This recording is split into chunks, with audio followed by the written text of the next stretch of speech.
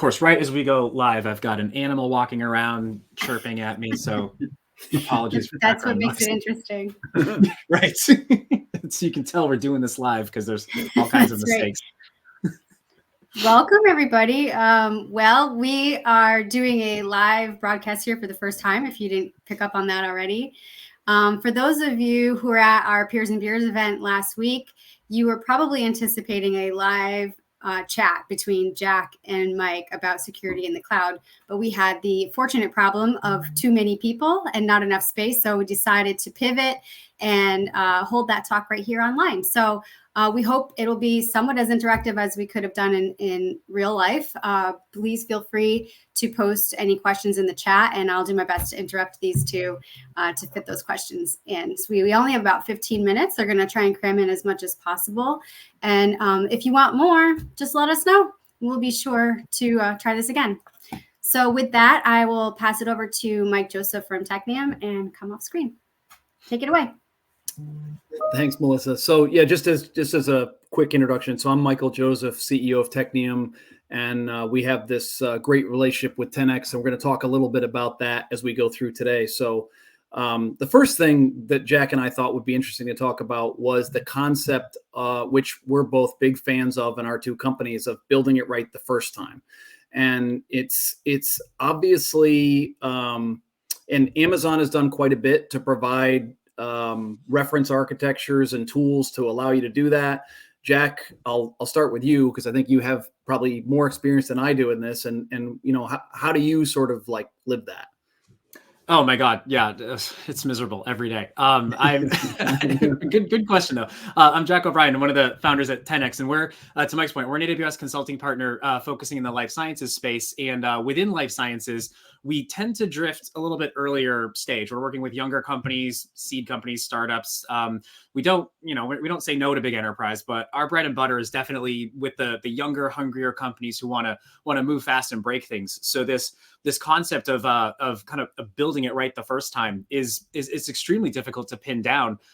It's an ever moving target because different companies have different needs at different stages. Even in the really kind of hyper-focused area that we look at of early stage drug discovery and how cloud can enable that, misstepping even a little bit can set you back, weeks or months or even years. It's almost like when you think of a very early stage business, 5, 10 employees, having one bad hire really, really does impact the overall trajectory of the business, especially at that early stage.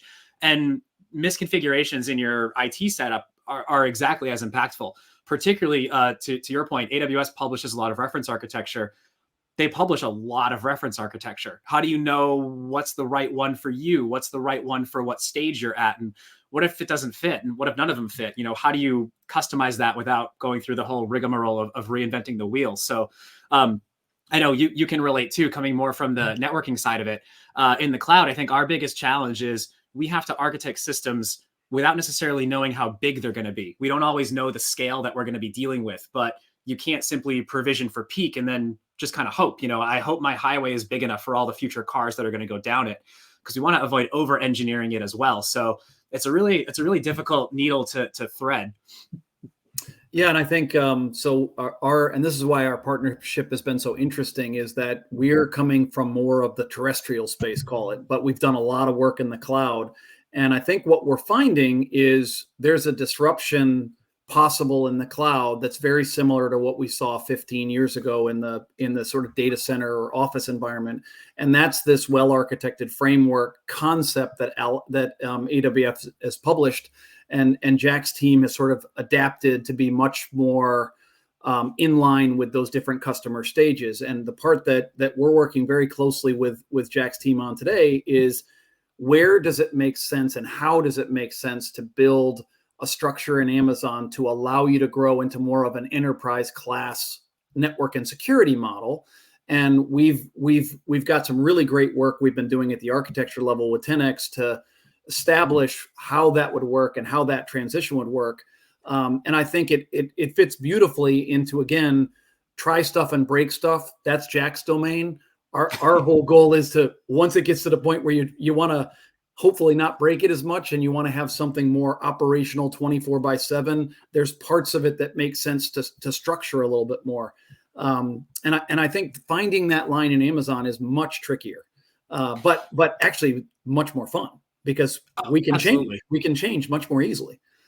Absolutely. I think one of the biggest differentiators growing in the cloud, I mean, obviously different cloud providers, we're an AWS partner, different cloud providers have different sort of like fully baked kind of platform services, going way beyond just hosting a virtual machine, but a sort of fully managed HPC environment like you get with AWS Batch, or a fully managed container orchestration service with ECS or EKS. You've got these sort of like higher order platforms that you can layer into your IT stack, which are completely divorced from your experience in traditional IT. So you're not only in the cloud, you have all these new tools, you're also no longer space constrained in a physical sense. The rack's full, I've got to come up with something different. You can launch whatever you want, wherever you want, which to your point is super fun. But all those other parameters still exist. You still get a bill at the end of the month. You still have to worry about network flow in and out. You've still got security concerns. So what's the right way to experiment without getting into too much trouble, having that really big, scary bill, or having some glaring security misconfiguration. And I think it goes back to your point about having the right kind of reference architecture that maybe you tweak a little bit for your business model. And you mentioned our framework, the Simple Cloud Accelerator, which we built in conjunction with AWS, specifically to target some of these earlier stage life sciences companies. And it's meant to give you, it's sort of like the trellis that you grow around. It's like, we want you to go skateboarding, but we want you to wear a helmet and knee pads. So we try to give you some of those like safety tools and guardrails, because we really do want you to go around and play and break things, because that's the only way that you're going to learn. And we view this technology as a real value add, like a competitive advantage for a lot of our clients. So we want to make sure that we're giving them the tools to innovate fearlessly without worrying about those big kind of unknowns from a cost or security perspective. What are, just curiosity question for me, what are the things that you see these companies breaking that, like, is there a danger in that at all? Or you literally are like, okay, as long as I give them some constraints in this SPA architecture, have at it? Mm-hmm. I think that for the most part, it's not necessarily that we're seeing things broken. It's that we see bad hygiene. You left the lights on, but you're not in the room anymore, which at home is maybe $1 or $2 on your bill. In the cloud, it could be tens of thousands of dollars. Right. So we know that this isn't going to be the main focus of their lives. And most of our clients, they don't even have an IT team. It's quite typical that the scientist who knows the most about computers also happens to manage the cloud environment. So, right. And that's not to say that they're ill-equipped for it. It's more that this just isn't and shouldn't be their main focus, just kind of being the cloud police. So from our perspective, it's about making this thing nudge you in the right direction. If somebody leaves something on, can it send me a message? If somebody has left a security group wide open to the whole internet, can I get a heads up about that? So that we can reduce the amount of policing you have to do and let you focus on kind of the fun stuff. And we find that with those guardrails in place, it is very difficult to break it so badly that someone gets in trouble. So there was a question. I love this question, so I have to hit this. Carlos asked, do you all use the concept of blast radius? So that actually that's interesting, because you can, if you align that with Jack's analogy of a trellis, right? What we could actually build together collaboratively with you, the customer, is what is your area of intellectual property concern? What is your area of security risk vectors that you want to police? So that could, for example, be driven only from the edge, meaning your remote users. So you want to limit your blast radius as impacted by the users that you allow access to the environment. Or in more sophisticated, you could actually say, we're going to create different security structures, which that's what we're very interested in building, that police it either in the form of identity or literally lateral movement. So you can still do all of that in the cloud. And so the concept of blast radius still applies in the cloud. One of the things we've been talking about a lot is, what is the tolerance for applying security controls based on business governance? Yeah, absolutely. And I think one of the differences too, moving into the cloud space, is it's very easy to believe that the on-prem network security mindset is still going to apply, right? And a lot of those things do apply. And so there's like some logical sort of one-to-one comparisons. Like a Windows firewall on your operating system is pretty parallel to a security group in AWS. You know, there are still firewall appliances that can govern some of the security protocols. But going back to my data center analogy, badge access is no longer a thing in AWS. I mean, broadly speaking, it could be, but that stuff isn't contained in a room anymore. It's on the internet. And so there's all these other vectors that we have to consider when we're looking at blast radius. And going back to your point, Mike, which I love, is it's really what's most important to the business. And we see clients it's easy to say this as the consultant. We see clients take a bit of a lazy approach to this. You know, this is the framework that my spreadsheet, here's all my checks and controls. I fed those into Security Hub, into config. I'm done. That's not really true. It's very much you get into that blast radius, that sense of security. You get out of it what you put into it. And it's really important to make sure that you're starting with those frameworks, but you're really considering what are you most concerned about? What's the biggest impact? Yeah. And there's a question that's really, this would be much more for you. So Mike Tobin asked, in addition to secure workloads, some of them also have quality validation requirements. Any advice for building both security and ease of validation? So yeah, that's a great question. It's super tricky too. And I will qualify this, like all the sort of asterisks. I'm not a lawyer. So take this with a grain of salt. But this kind of goes back to a little bit of Carlos's question as well, around the concept of blast radius. And what's really important to remember is that inside of AWS, just like in the terrestrial realm, you can have the concept of multiple data centers or multiple buildings. In AWS, we would call this multiple accounts. So similar to, you may consider, I have a highly validated, highly secured workload. You may put that in a different room in your data center that has better badge access, better controls, more redundancy, or things like that. In AWS, we have what's called organizations. And the idea is that from a blast radius perspective or a security or validation perspective, if we know that this particular workload or this subset of my workload has insanely dialed up requirements, we may choose to pick that up and put it in a different AWS account. And there's a lot of attractive sort of conclusions there, is that we can control access to the entire account. We're not worrying, does Jack have access to this S3 and Mike has access to that one? Yeah, talk a little bit more about that. But I think that's become, in the last few years, the big thing that Amazon espouses, right, is accounts versus VPCs. Exactly. Yeah. And a main reason for that is that the permission boundaries across VPCs are a little bit tricky. It's actually quite nuanced to say Jack can log into his EC2, but not into Mike's EC2. That's kind of tricky to achieve. And there's no cost to add an extra AWS account. So from our perspective, we like to have, an account per workload basically. And we know, hey, this one's got to be validated. This one's got to hit such and such compliance. We can kind of like fork that off in the organization into its own fenced off area. And when it comes time for, an audit or a review or a validation, it's very easy to point the auditor and say, this is where that workload is. Everything's contained in this air gap space. And we've got it well managed as part of our bigger landing zone framework. And that's what you're seeing when customers are doing that. When they move into a validated situation, they're creating new accounts for validation.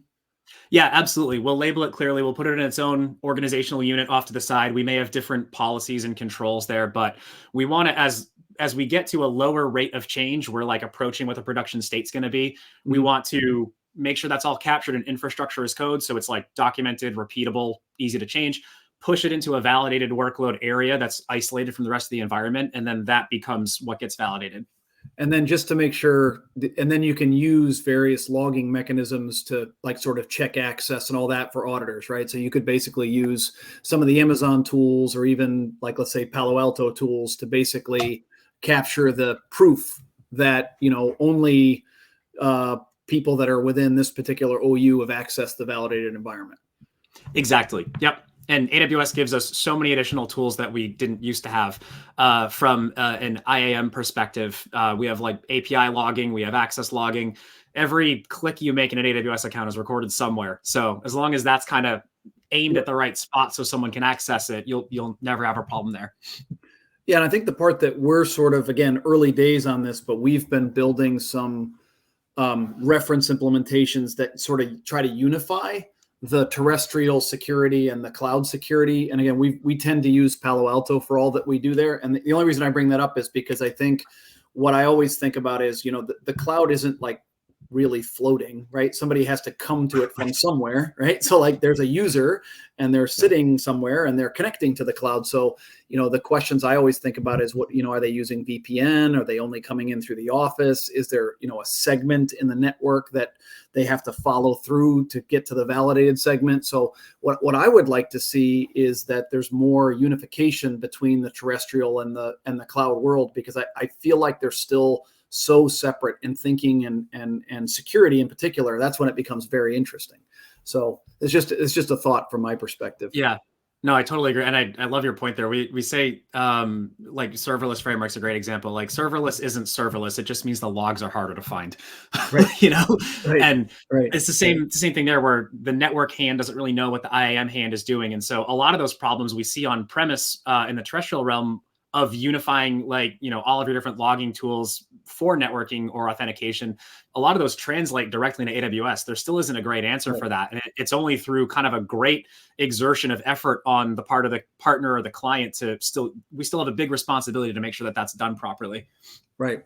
And the other thing that I was kind of thinking of, you said infrastructure as code. I'd love to dig in on that just a little bit. But one of the things that I've been learning a great deal about, as over the last 3 years, if we've been getting heavier into cloud, is that it's not optional to not automate using the double negative, right? You Right. Everything that we do, we try to automate and turn into infrastructure as code to make it repeatable.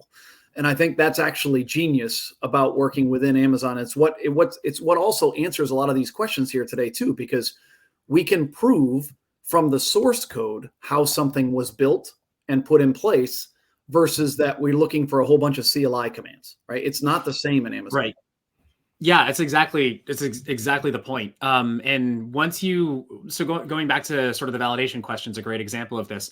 Once you understand kind of what the parameters are, what the requirements are, maybe it's security controls, scalability, how you're deploying the application, you want to feel like that's being done consistently every time. And infrastructure as code is really the only way to do that. So whatever language you want to choose, there's a bunch out there. We prefer Amazon's own cloud development kit. You'll hear me say CDK a lot. It's kind of the bleeding edge there. But the idea is the same across all code bases, which is that we want to be able to describe what this infrastructure looks like, so that it's, sure, automation's a good goal, turnkey deployments, everyone wants to be seamless. But the real value add, especially from a validation perspective, is that it's really easy to prove how something was done. We know that if I need to redeploy it, it's going to be done the exact same way, because we're launching it from this template. And if you've done your job correctly, this template's in GitHub or GitLab or some version control. So you've got a perfect change log of any changes that are made to that deployment.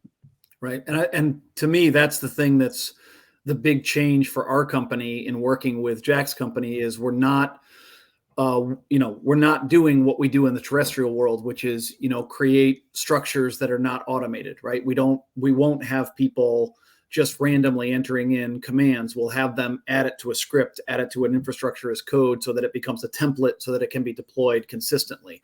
That's what we've been doing forever in security and policy work, but it's now at the level of basically everything. So yeah. AWS often refers to that. You'll hear Werner Vogel say this all the time: undifferentiated heavy lifting, tedious stuff. It's not going to make you any better or faster. Like, put it in a script, automate it, and just move on to the next cool thing. So we don't like repeating ourselves. And I think automation there is a huge leg up. If you can get your arms around it, it's definitely worth putting in some investment in. And do you literally use version control for that too, Jack? That's what absolutely. You mean by the GitHub piece? Yep, absolutely. To, whether it's something as simple as tracking changes in a code base, or somewhere to park the language. In practice, we see many people contributing to an infrastructure as code project. So whether it's us across our engineering teams, or we're collaborating with a client or another partner, having that just sort of like stored on your laptop is a recipe for disaster. So we want to this is where it kind of all comes full circle. It's really hard to ignore DevOps these days, regardless of your role. Right. You've got to start to get comfortable using some of these tools, sharing code, how to work together in a repository. Those skills are going to be absolutely crucial as more and more moves into the cloud. And I think sort of the three-part thing here. What we do, what Tennex does, and the responsibility of the customer. We definitely need customers to be educated on these tools also, because those questions that Jack was talking about, he used a lot of words in there. Some of them are Amazon specific. Many of you may know those words, but that's one of the things we're also both hoping to do as companies is explain, this is what a transit gateway is. This is what an elastic gateway load balancer is. And it's, I think it's incumbent upon companies to understand them too, even though we're doing the work, because the reality is we want confidence that that you as a customer are getting a service that you understand and value, right? That's really important to both of our companies. Absolutely. I couldn't agree more. And going back to my point about not liking repeating ourselves, I mean, we're not interested in like being the maintainer either. We want to help you get set up, like help you learn, educate you on some of these platforms, and ultimately skill up your own teams internally so that you are maybe a little bit less reliant on outsourcing. We want to bring some of these skills in because it's, IT's changed. It's not a commodity cost center, especially in the life sciences space. These technologies are really important value drivers to your business. And the closer you can get to them and the more comfortable you can get with using them, it's only going to benefit the organization. Yeah. And one last comment on that I wanted to add. Sorry, Melissa. One last thing. Sorry. Is I think this is sort of a mission I've been on my whole career, is that I think this is remarkable what we do. And I think all of us that are listening and practicing in this field, it's not something that should be considered a cost center. This is a value area, right? So we're helping drive business outcomes. That's what we do, right? We're building technology solutions to drive business outcomes. So I just think, however we can help organizations be able to represent that what they're doing is critical to the business outcomes and the business mission, that's also our job. Couldn't agree more. I hate to interrupt you guys. You're on a roll and there's a lot of good stuff here. I don't know if you wanted to have a few last thoughts or have some time to take a few questions. I know initially you wanted to touch upon build versus buy. Is that something you'd like to talk about now? We're kind of overran our time limit. We may just have to have another one of these, which is totally fine. Come back for part 2. But no, for my part, I appreciate Technium hosting. I know we didn't get a chance to do this in person, but the internet saved us once again. So I appreciate the opportunity to be here and just have a little bit of a chat. And thanks to everyone who jumped in. If there were any last questions, of course, we can take a few. Yeah, and for my part, it's just Jack and I are building a little rhythm here, which is good. So we're connecting a lot in our two companies, which is really good. So we're very collaborative and looking for customers that want that too. So thanks very much for listening, everybody. Thank you, everybody. And don't hesitate to reach out directly to either Mike or Jack on LinkedIn. Till next time. Thank you. Thank you.